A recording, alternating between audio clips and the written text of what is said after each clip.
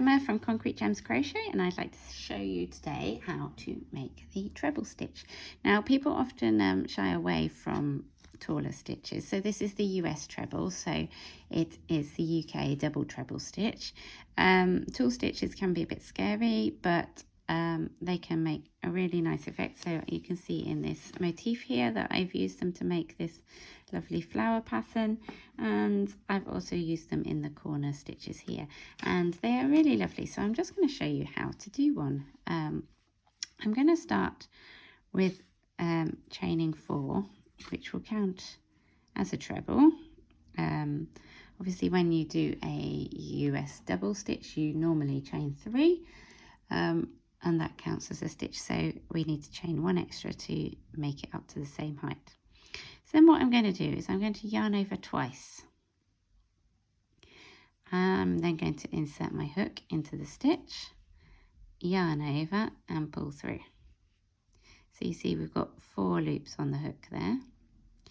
Then I'm going to yarn over and pull through 2, yarn over, pull through 2, and yarn over and pull through 2, and you get that lovely tulle stitch.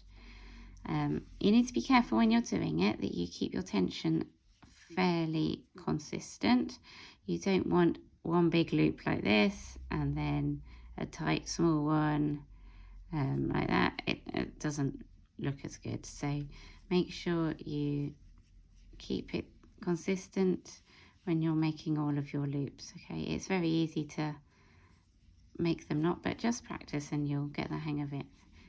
So I'd really recommend trying these stitches. They can make really good lacy effects for summer garments, or you can use them to add height, or you can use them in like mandala effect type things. So I'll show you one more time. Yarn over twice, insert your hook into the stitch, yarn over and pull through, yarn over, pull through 2, yarn over, pull through 2, and yarn over, pull through 2. And there you have it, the US treble or the UK double treble. Give it a go and let me know what you think. Thanks for watching.